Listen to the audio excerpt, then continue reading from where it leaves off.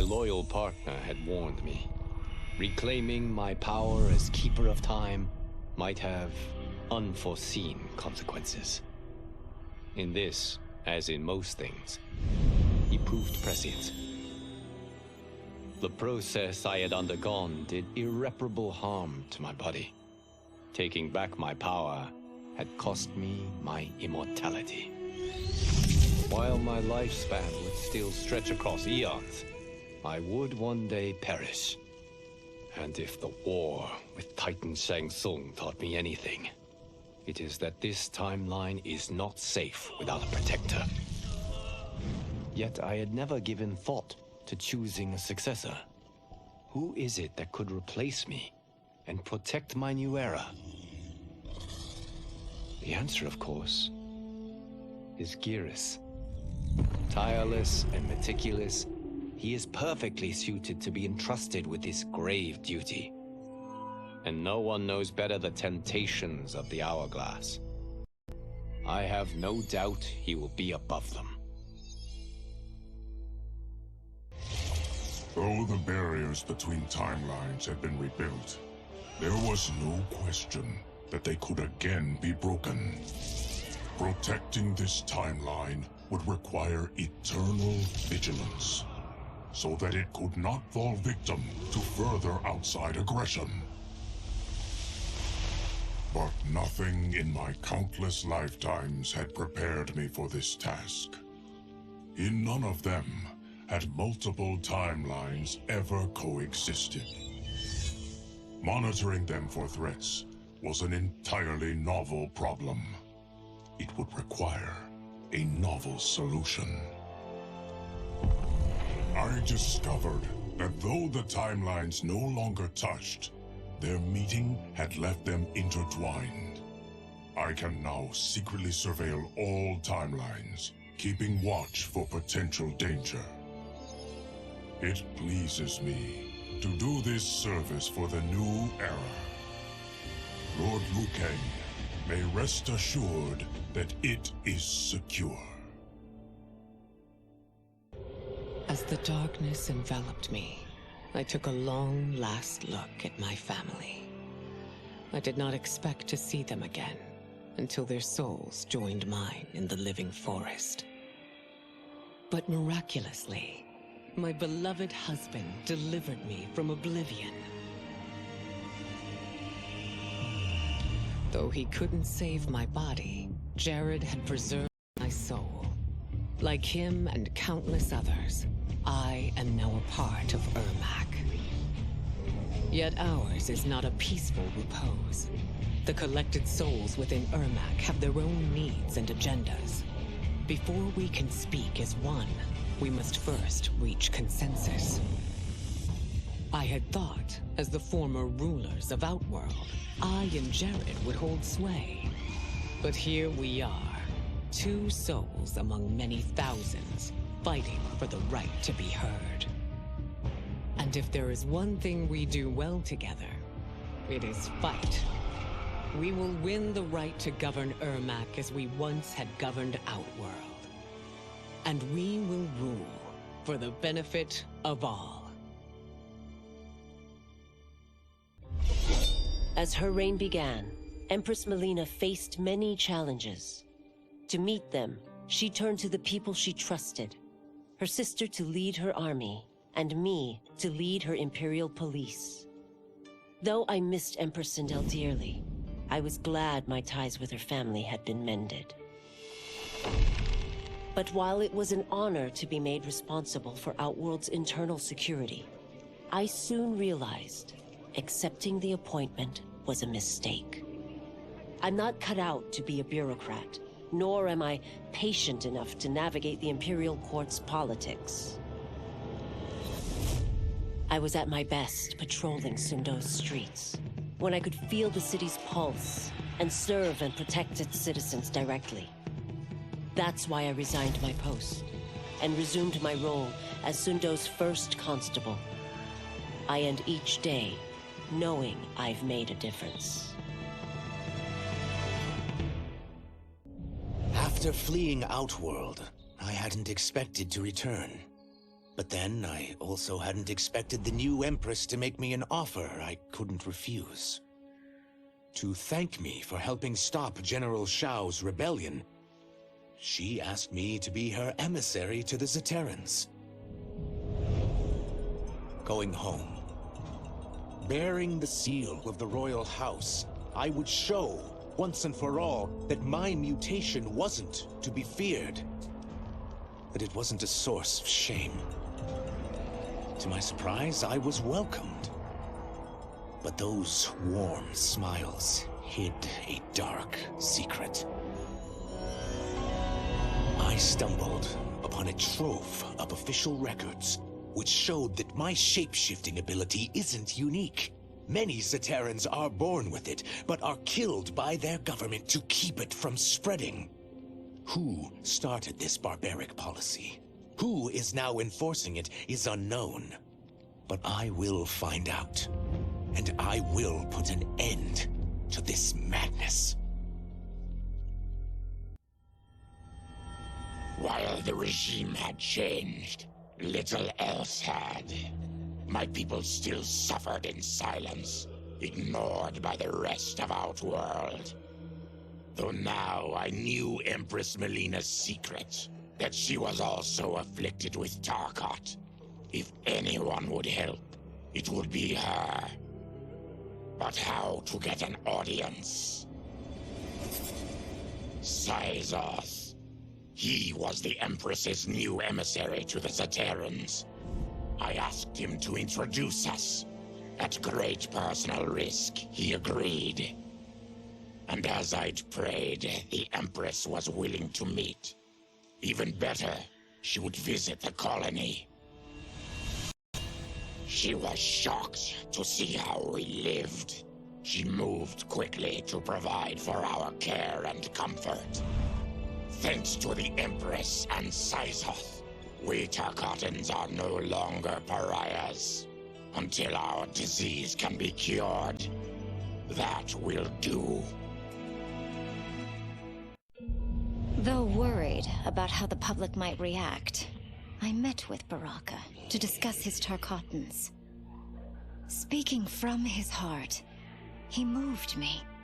I agreed to visit his colony and see how his people lived. The conditions were atrocious. This was one of my mother's few mistakes. Like all Outworlders, she treated Tarkatans with scorn. What they deserved from us was compassion. And the only way to get it for them was to reveal my affliction. To show all my subjects that even an Empress could get Tarkat. The scandal my revelation caused was intense. But with the help of Kitana and Tanya, I emerged from it a stronger Empress than ever. My honesty, empathy, and resolve won over my remaining doubters. There is no longer any question that I am fit to lead the Empire. The battle had been lost, but the war isn't over. I won't stop fighting until I take Outworld's throne. That they thought Lei Chin Prison would hold me is laughable. Once free, I began planning my next campaign. I would need an unstoppable army to overthrow Melina. Unfortunately, most of my former soldiers lacked the courage to rally to my standard. Rebuilding my army would require finding new recruits. And that task is proving easier than expected. Outworld's golden age has left more than a few behind. Without hope, without power, they eagerly heed my call to tear down Melina's government. Here we go. General Shao's revolt left Outworld's armies in tatters. We were vulnerable to enemies both foreign and domestic. That's why my sister asked me to take command. to stitch her military back together and purge Shao's loyalists within it. She trusted only me with the task. The soldiers, however, had little faith. They thought me a spoiled dilettante, unprepared and unfit to serve. That I could fight mattered little. All that mattered was that I wasn't one of them. I finally earned their loyalty by orchestrating an epic victory over Shao and his rebels. Though the general himself escaped, his forces were smashed. For as long as I am able, I will lead the Empress's armies in defense of Outworld. Through strength, we will achieve peace. With General Shao freed from prison, we began raising a new army against the royal family. Though many were eager recruits, few were good at soldiering. It was so bad, the general was forced to change tactics.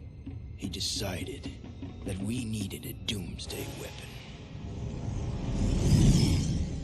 That weapon isn't a thing, though. It is a monster. Onaga, the Dragon King.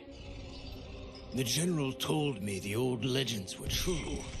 That his ancient ancestor defeated Onaga, trapping him deep inside Mount Sagan. The Dragon King is still there today. His pent-up fury waiting to be unleashed. Because Onaga is so dangerous, the general wouldn't risk trying to tame him before. But now, he feels we have no choice. Though I likely won't survive, I accept this mission gladly. I can think of no greater honor than to give my life in the general's service. Until recently, I hadn't met Li Mei, but I had heard the stories. How the Umgadi's matron superior blamed her for not preventing Emperor Jared's murder. How she quit in disgrace rather than accept punishment. But those stories didn't fit the woman I now knew. Li Mei would never have been so negligent. Eventually, I uncovered the truth. The failures and mistakes which led to the Emperor's murder, they resulted from poor decisions made by the matron superior themselves. They made Li Mei their scapegoat. When the Empress found out, she wanted the Umgadi disbanded. But I convinced her that it could be reformed. To make sure it did, she put me in charge. I am humbled by this sacred responsibility. The Umgadi, my sisters, they are my life. I will not let them be brought down by the acts of a selfish few. I had broken the Lin Kuei free of Liu Kang's enslavement. We were now masters of our destiny, and could take our place among Earthrealm's great nations. But taking and holding territory would require a vast army. I needed more fighters to make our presence felt. Then I recalled Shang Tsung's dragon warriors. An army of them would be unstoppable. But trafficking in such strong magic would surely draw Liu Kang's attention. Sector advised that we avoid detection by building our army using science, not sorcery. We've invested much into this endeavor, and we are beginning to see results. Once again proving the depths of Sector's genius. When we are done, all of Earthrealm will honor our desires and heed our demands. If not, they will face the Lin Kuei's wrath. Kuai Liang and I were working hard to build our new clan. But even with the help of his close friend Harumi, it was difficult. The biggest problem was finding the right initiates. Then, One night, while walking outside Harumi's compound, I was attacked. I thought at first it was a Lin Kuei assassin, but his strikes were too uncertain, too angry. My attacker, it turns out, was a boy. Homeless and hungry, his assault was born of desperation. He needed money so that he could eat. It was like looking at myself 15 years ago. I would have ended up just like him if the Lin Kuei hadn't taken me in. So I took the boy to Kuai Liang, who also appreciated his fire. We made him our first initiate. The boy's name? Hanzo Hasashi. No sooner had Titan Shang Tsung been defeated than Bihan and his loyalists hunted us down. Outnumbered, we fled to Japan. There, we sought refuge from an old family friend. As children, we played together. But Harumi Shirai was a woman now, the head of her clan. Her strength, beauty, and intellect awed me. Also incensed by Bihan's betrayal, Harumi agreed to help me forge a new clan, one that would stand against him and defend Earthrealm. Her aid proved invaluable, and as time went on, we grew closer.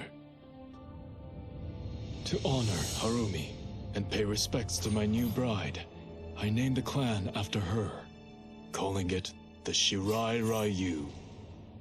Now the battle against my brother begins in earnest. The Shirai Ryu won't rest until Bihan is defeated and the Lin Kuei's honor restored.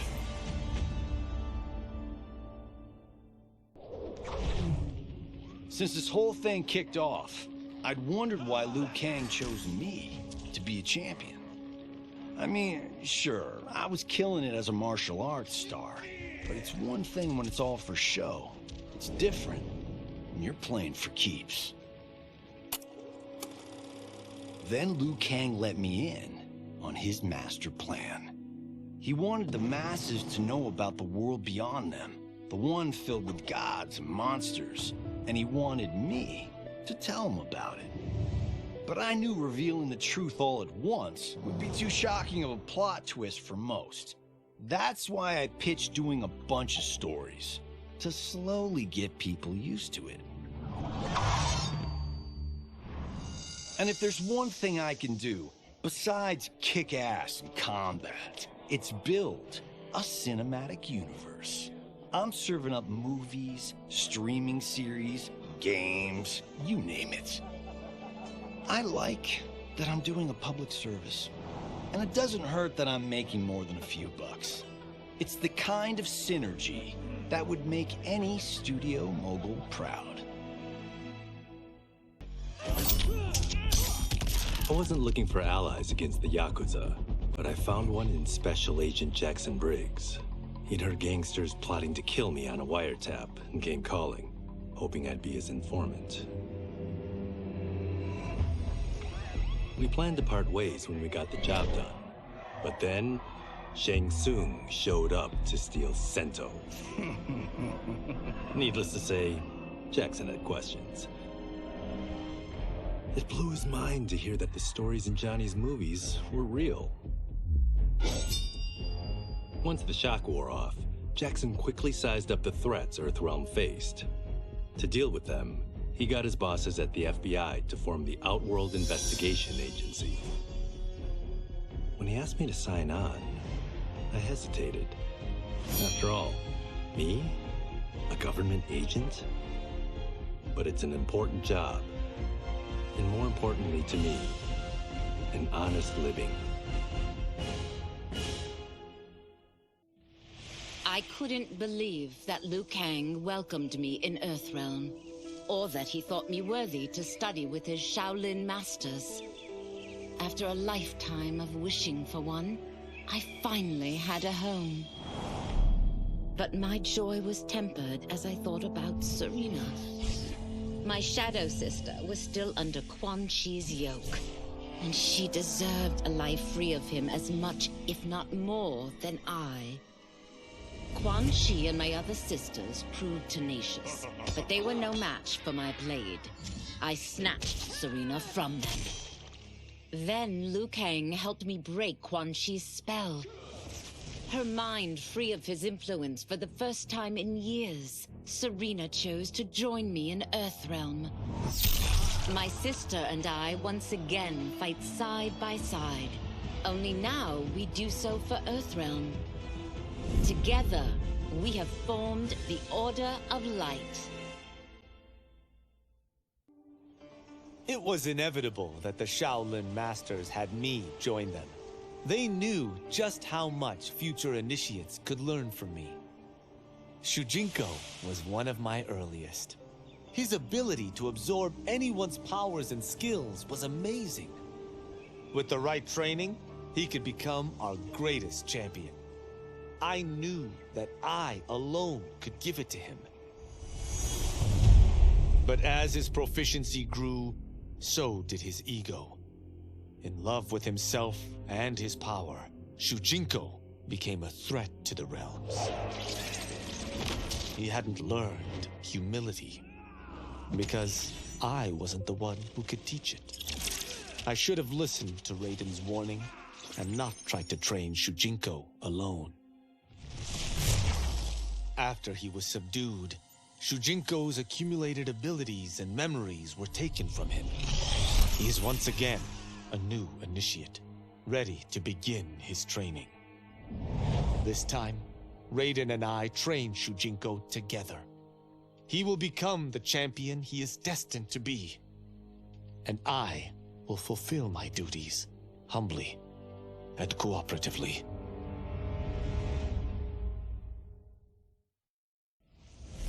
Were it not for my godly counterpart, I would not have survived the battle against Titan Shang Tsung.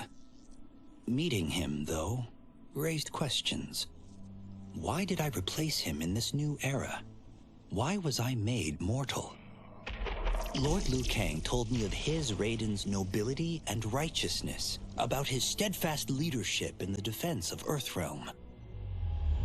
He also told me about Raiden's dark side, how he could be consumed by rage and cast aside the rules he otherwise lived by. Making me mortal and incapable of such anger was to keep me from following in his footsteps. Though I understood the reasons why, I felt I had been done a disservice. To survive the coming battles, I may need the edge that only great rage can bring. As the Shaolin couldn't aid me, I sought out someone who could. Someone to stoke the fire within me and teach me to master it. For this, I could have no better teacher than the Shirai Ryu's Grand Master. Quan Chi's plot collapsed.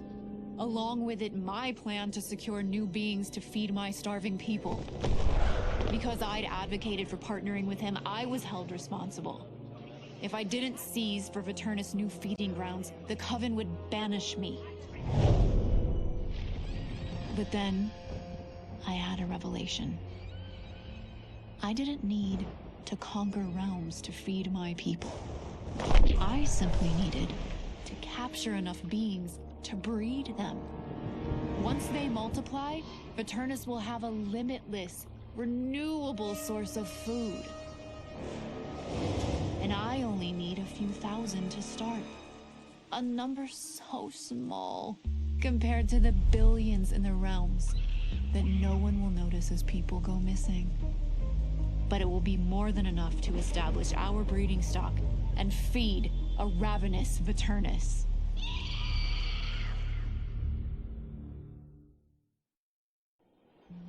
Quan Chi's defeat had cost me everything. For months I had furthered his plot, and now I had to start over. Saido's people were still in chains. That's when Rain approached me. On the run from Empress Melina, he was desperate for help. And though I'd had my fill of sorcerers, this one was different. I agreed to provide him safe haven. He agreed to help topple Cyto's government. And topple it we did. Rain summoned a wave so fast, so powerful, that it crushed the capital. Cyto's fascist rulers were swept away. My people are finally free. They can chart their own course, needing only to follow their own desires. Their lives are now blessed by anarchy. To elude capture by Empress Melina, I joined Havoc's crusade in Cyto. There, I summoned more magic than I thought possible, and drowned out the old regime. Havoc's longed-for anarchy had been achieved. He was more than satisfied. But I was left empty and broken. Had I been satisfied as Outworld's High Mage, not let myself be tempted by Shang Tsung, a great city would not now lay in ruins. I've caused devastation, ended thousands of lives, all because of my blind ambition. I've betrayed my oath, my sovereign, and my realm. These high crimes merit punishment, and I'll accept whatever the Empress gives me. My only ambition now is to one day be forgiven. After escaping Lei Chin prison, I was hounded by the Imperial Police. I needed a place to hide and to recuperate while I plotted the best way forward. I knew the remote canton of my youth would be perfect. To escape capture, I traveled by sea. Little did I know that a gargantuan storm was brewing. My tiny craft was smashed apart. I closed my eyes, waiting to drown, hoping that the Netherrealm wouldn't claim my soul. But when I reopened them, I found myself not in hell, but on a deserted island. From its ruins, I could tell that great sorcerers had once lived there. In the caves beneath the ruins, I found what I can only describe as a well of souls. Once I learn how to wield its power, I will become invincible.